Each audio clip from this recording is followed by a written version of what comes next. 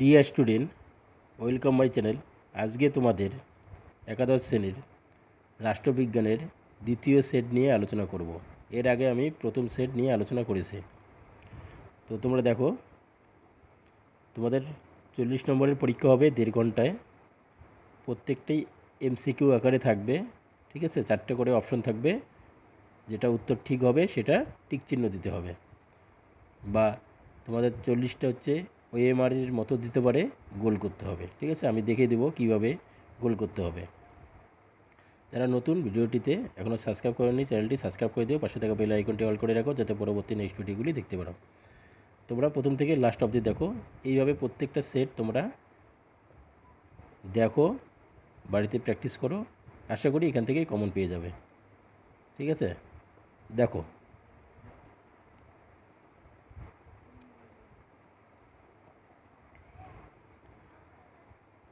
Greek শব্দ পোলিস, এর অর্থ কী? এর অর্থ নগরাষ্ট্র। রাষ্ট্রবিজ্ঞানের রাষ্ট্রকেন্দ্রিক সংজ্ঞার সমর্থক হলেন,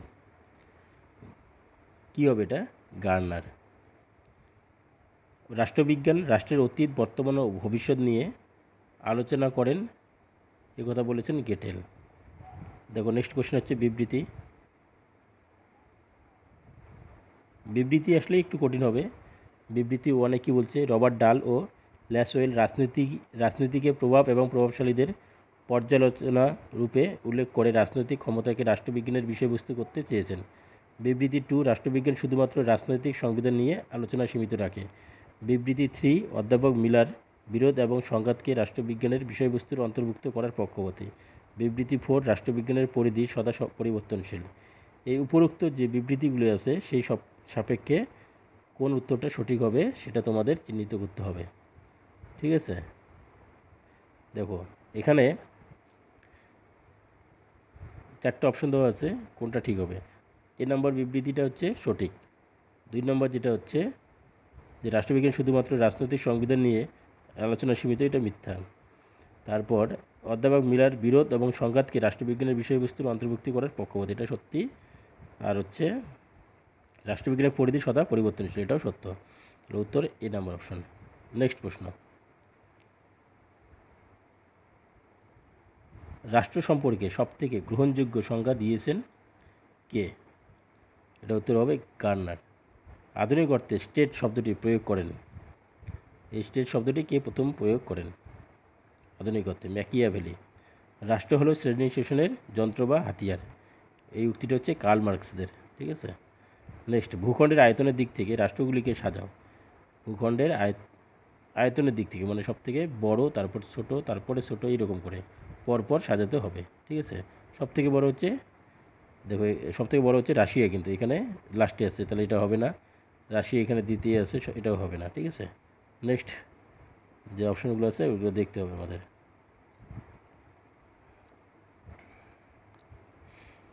দেখো, রাশিয়া প্রথমে আছে, এই দুইটা ঠিক আছে, দুইটার মধ্যে দুটাতেই প্রথমে আছে। আমাদের তারপর দেখতে হবে কোনটা হবে। রাশিয়ার পরে কি? রাশিয়ার পরে কানাডা, তারপরে চীন, তারপরে ভারত, তাহলে সি নম্বর অপশন। নেক্সট কোশ্চেন, পশ্চিমবঙ্গ রাষ্ট্র নয়, কারণ এর কি নাই? এর হচ্ছে সার্বভৌমত্ব নেই। নেক্সট প্রশ্ন, দেখো, সরকার নেই, এটা মিথ্যা। সরকার আছে, জনসমষ্টি আছে, নির্দিষ্ট ভূখণ্ড আছে, কিন্তু সার্বভৌমত্ব নেই, কেননা এটা হচ্ছে একটা অঙ্গরাজ্য। নেক্সট প্রশ্ন 10 নম্বর, নাগরিকতার ধারণা প্রথম সৃষ্টি হয়, এটা হচ্ছে প্রাচীন গ্রিসে। নেক্সট, নাগরিকতা হলো সমাজের মঙ্গল সাধনের জন্য নিজের সুচিন্তিত মতামতের প্রয়োগের ক্ষমতা, এ কথা কে বলেছেন? এ কথা বলেছেন ল্যাস্কি, ডি নম্বর অপশন, ল্যাস্কি, ঠিক আছে? নেক্সট প্রশ্ন,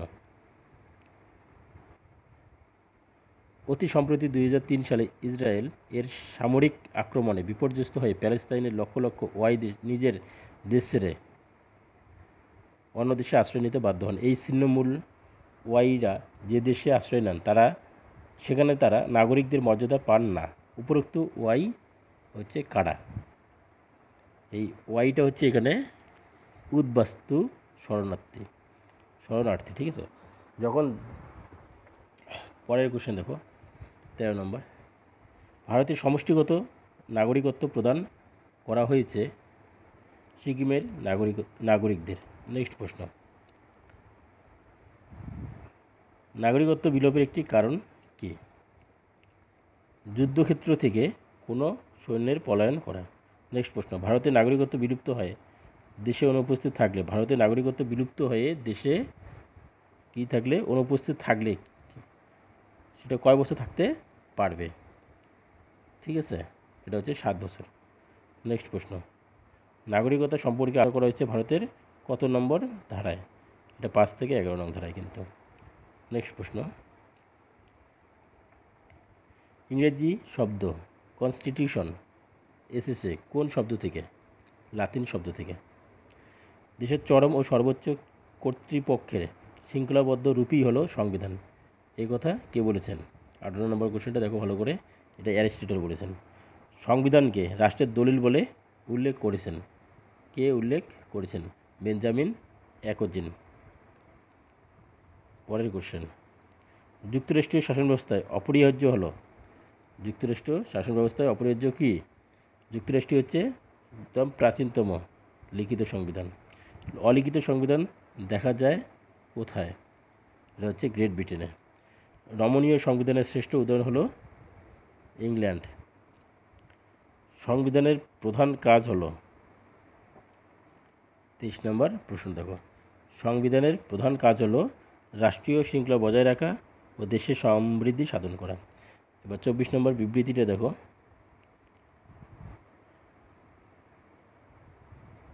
1 নম্বর বিবৃতি দেওয়া আছে, সংবিধান সংশ্লিষ্ট রাষ্ট্রের প্রতিনিধি স্বরূপ সরকারের কাঠামো নির্ধারণ করে। আর 2 নম্বর বিবৃতিটা দেখো, সরকারের একটি সংস্থাকে অত্যধিক শক্তিশালী হওয়া থেকে বিরত রাখার জন্য সরকারকে আইন, শাসন ও বিচার বিভাগীয় শাখায় বিভক্ত করে ক্ষমতা বন্টন করা হয়। এই যে উপরে 2টা বিবৃতি আছে, সেই সাপেক্ষে কোনটা ঠিক কোনটা ভুল?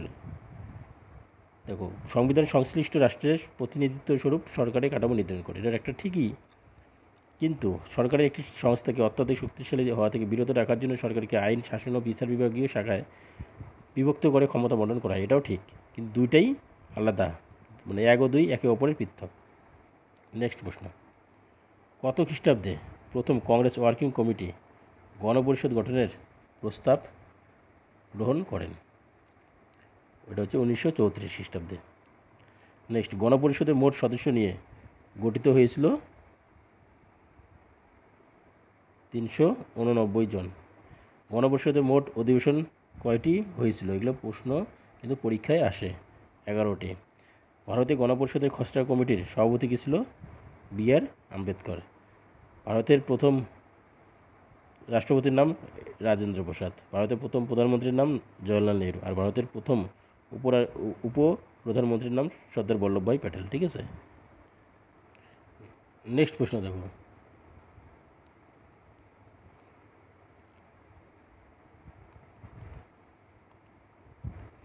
ভারতের সংবিধানে প্রস্তাবনাটি গৃহীত হয় যে দেশের সংবিধানের অনুকরণে? ভারতের সংবিধানের প্রস্তাবনাটি যে দেশ থেকে গৃহীত হয় বা সংগৃহীত হয় সেটা কোন দেশ থেকে? মার্কিন যুক্তরাষ্ট্র। ভারতীয় সংবিধানের প্রস্তাবনা দার্শনিক ভিত্তির উৎস কি? এটা হচ্ছে পাশ্চাত্য ও ভারতীয় দর্শনের প্রভাব। নেক্সট প্রশ্ন, বিশ্বের বৃহত্তম লিখিত সংবিধান হলো? বিশ্বের বৃহত্তম লিখিত সংবিধান হচ্ছে ভারতীয় সংবিধান।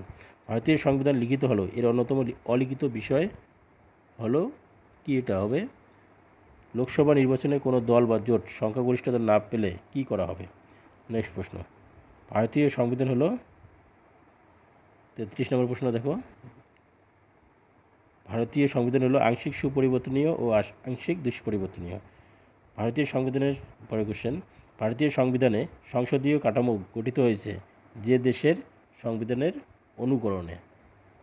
Great Britain. নেক্সট প্রশ্ন, ডক্টর আম্বেদকরের মতে ভারতের শাসন ব্যবস্থা হলো যুক্তরাষ্ট্রীয়, কিন্তু 35 নম্বরের অ্যান্সার হবে যুক্তরাষ্ট্রীয়। টোটালটা না, সরি, এটা হচ্ছে আধা যুক্তরাষ্ট্রীয় হবে, আধা যুক্তরাষ্ট্রীয়। মৌলিক অধিকারের উল্লেখ রয়েছে সংবিধানের কত নম্বর অংশে আছে? মৌলিক অধিকারের উল্লেখ 3য় অংশে আছে। ভারতীয় বিচার বিভাগ দুর্বল মূলত মার্কিন যুক্তরাষ্ট্রের থেকে। নেক্সট প্রশ্ন,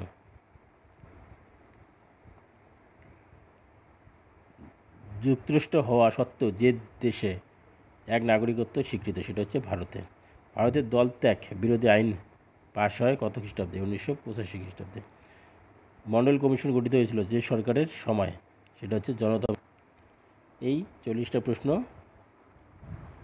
নিয়ে আলোচনা করলাম, ঠিক আছে?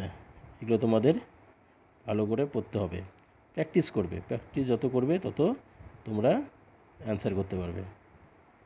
বারবার পড়বে, তাহলে অবশ্যই হয়ে যাবে। ঠিক আছে, বাই।